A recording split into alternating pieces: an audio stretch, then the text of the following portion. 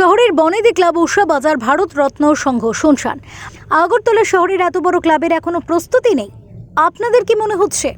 যে জায়গায় ভারত রত্ন সংঘ পুজোর 3 মাস আগে থেকে প্যান্ডেলের কাজ শুরু করে দেয়, সেখানে এবার একেবারে উল্টো চিত্র। আপনারা তো সবাই জানেন, আগরতলা শহর থেকে 8 কিলোমিটার দূরত্বে ভারত রত্ন সংঘ ক্লাব। এই ক্লাবের নাম, ডাক এবং যশ তিনটেই আছে।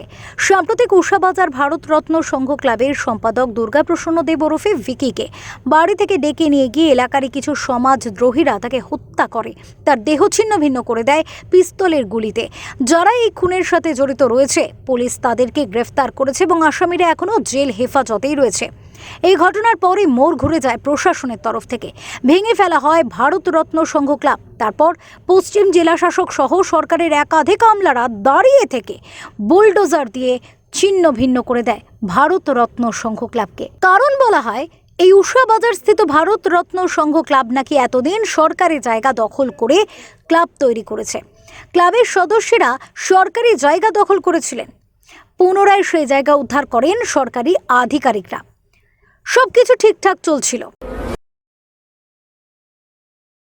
তারপরে ওই এলাকার জনগণ প্রশ্ন তুলতে শুরু করে সরকারি আধিকারিকদের কাছে, তাহলে এত বড় ক্লাবের পুজো কোথায় হবে?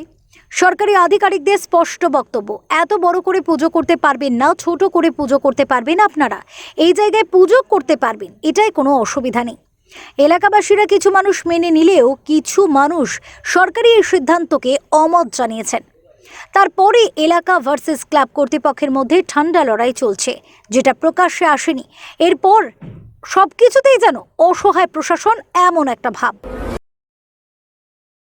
এখন মূল বিষয় হলো, উষা বাজার ক্লাবে ধ্বংসের স্তূপ যে পড়ে রয়েছে, চিনতেই পারছেন না কেউ ভারত রত্ন সংঘকে।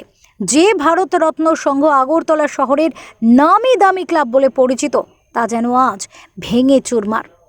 প্রশ্ন হলো, আদৌ কি ভারত রত্ন সংঘ এবার দুর্গাপুজো করবে, নাকি ভারত রত্ন সংঘ এই জায়গাতেই থেমে যাবে?